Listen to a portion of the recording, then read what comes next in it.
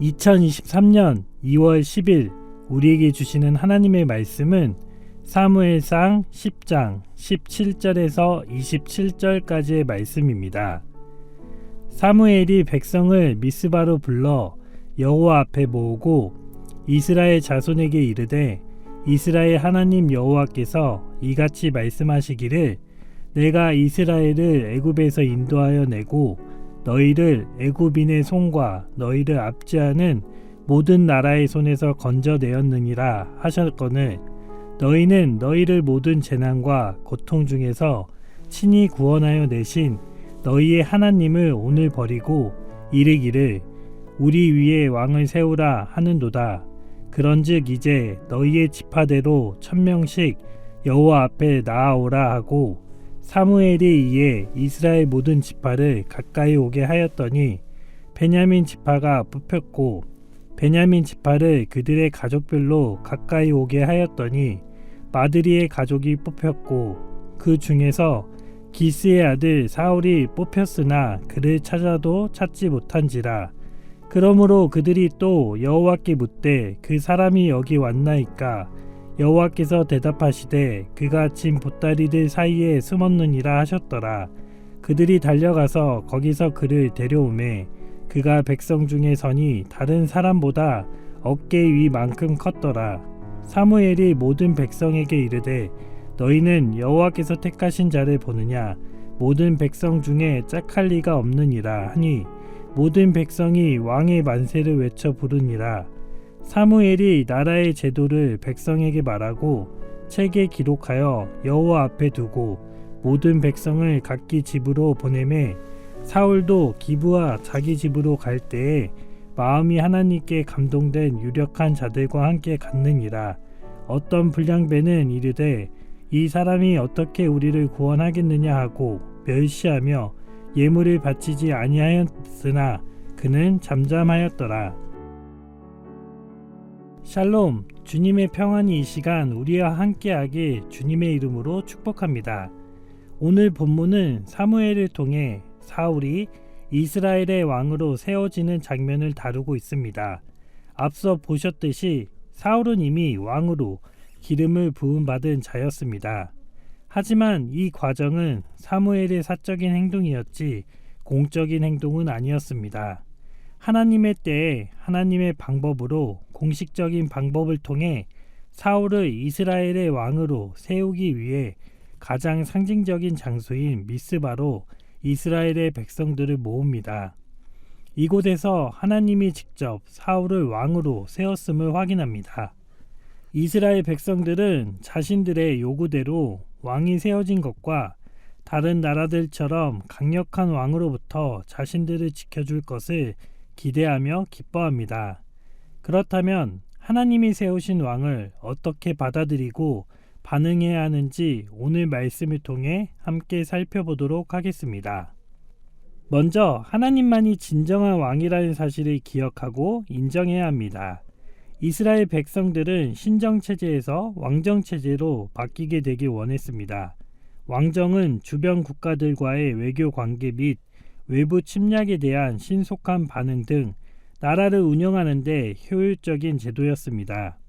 자신들에게도 다른 나라들처럼 강력한 왕이 있다면 이 모든 것들이 평안하게 되리라 생각한 것입니다. 출애굽 시대부터 사무엘 시대에 이르기까지 하나님이 주신 은혜를 생각하기보다는 당장 눈앞에 보이는 이익을 원합니다.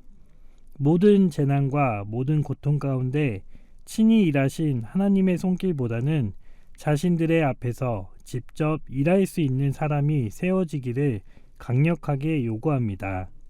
그동안 이스라엘을 지켜주신 하나님의 은혜, 이스라엘이 지켜온 신앙을 버리고 사람 왕을 세워 그들의 삶을 온전히 맡기고 따라가고자 한 것입니다. 하나님은 사무엘을 통해 이와 같은 이스라엘 백성들의 잘못된 모습을 기억하고 또 기억하라고 말씀하십니다. 사람 왕을 세우는 것은 하나님의 주권 아래에서 벗어나는 것뿐 아니라 하나님을 버리는 행위입니다.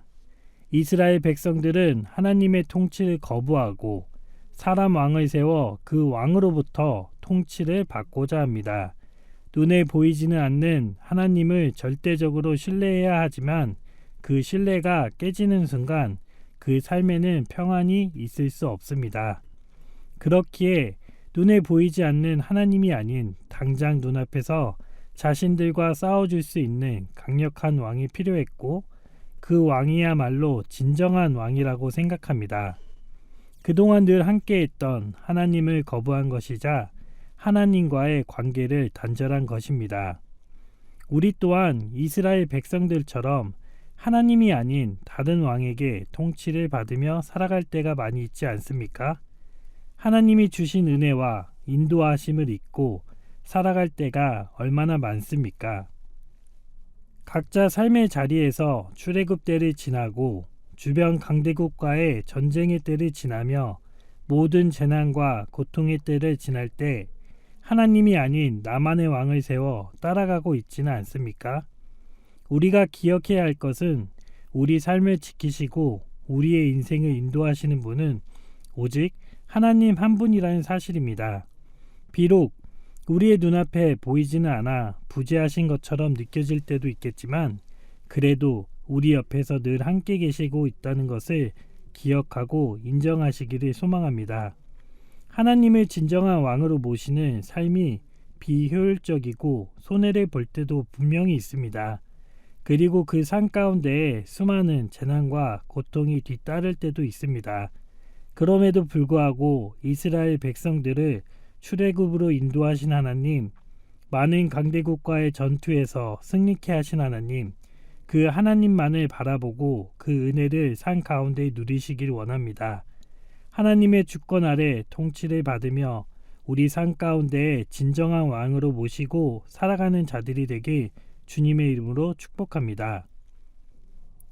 다음으로는 하나님이 세우신 왕에게 순종해야 합니다.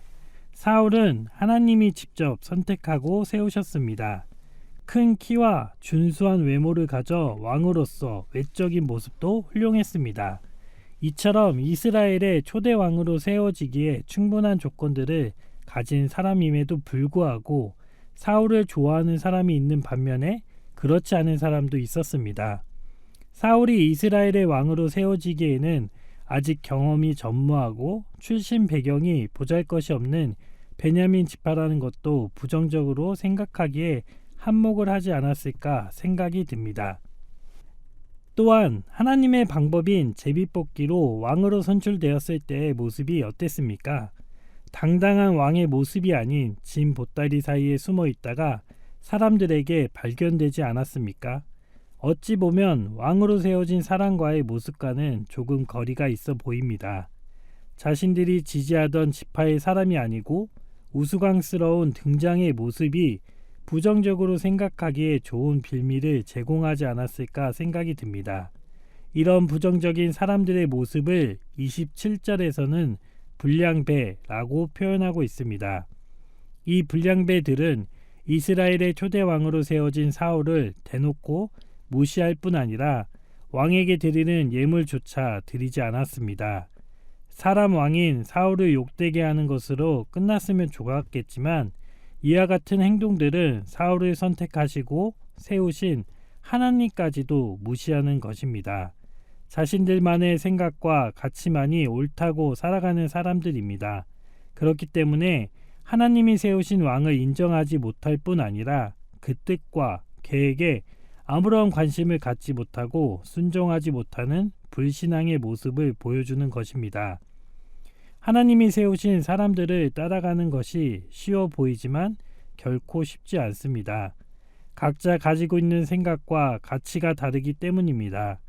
때로는 그 모습이 불편하기도 하고 때로는 의심이 들기도 합니다. 그 사람의 장점을 찾기보다는 약점을 찾기에 열심을 다할 때도 있습니다. 계속해서 부족한 모습만이 보일 수도 있지만 그 사람들의 모습을 있는 그대로 인정하는 것이 하나님의 뜻에 순종하는 첫걸음이라고 할 수 있습니다. 하나님이 세우신 사람을 인정하지 못하는데 어떻게 하나님을 인정할 수 있겠습니까? 각 가정에서 그리고 교회에서 우리가 속한 모든 삶의 자리에서 먼저 하나님이 세우신 사람들을 인정하는 것부터 시작이 되어야 합니다. 비록 부족하고 못하고 답답할 수도 있지만 그 모습을 있는 그대로 인정하고 그 안에 있는 하나님을 발견하기에 힘쓰시기를 소망합니다. 부정적인 모습만을 찾는 불량배의 불신앙적인 태도가 아니라 하나님이 세워주신 동역자들을 통해 하나님됨을 인정하고 그 뜻을 순종하여 하나님만을 높이는 자들이 됩시다. 오늘도 우리에게 새 날을 허락해 주셨습니다. 하나님만을 우리의 삶 가운데 진정한 왕으로 모시고 하나님이 세워주신 모든 동역자들의 권위를 인정하며 그 가운데 하나님을 발견하는 복된 하루가 되길 주님의 이름으로 축복합니다. 함께 기도하겠습니다. 하나님 아버지, 우리의 삶을 주관하시고 이끌어 가시는 분이 오직 하나님 한 분밖에 없음을 이 시간 고백합니다.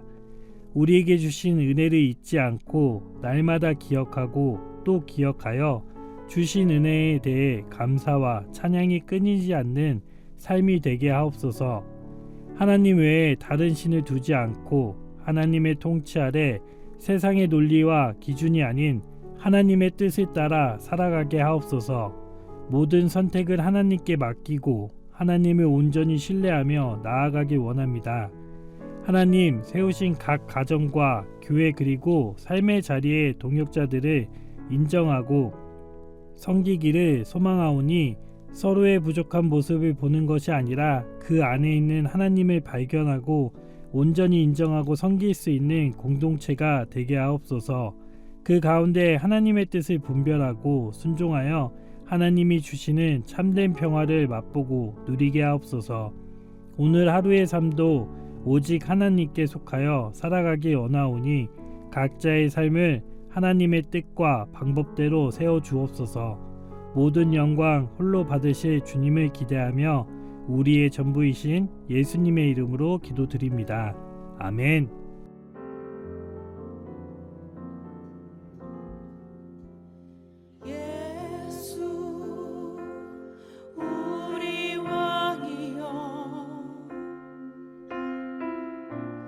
이곳에 오소서.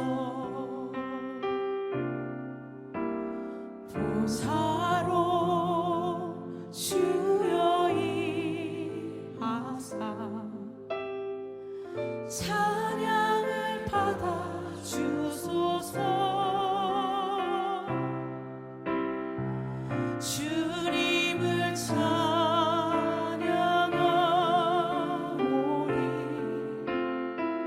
주님을 경배하오니 왕이신 예수여 오셔서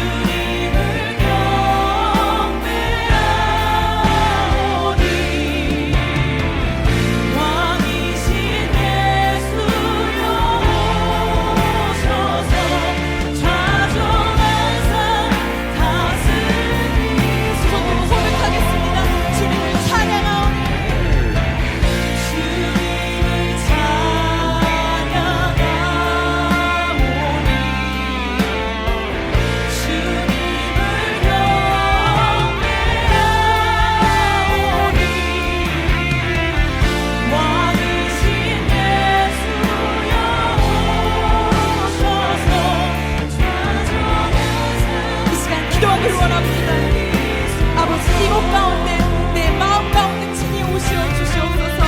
주의 마음을 부어주시옵소서. 왕 되신 그 주님만을 내가 높이기를 원합니다.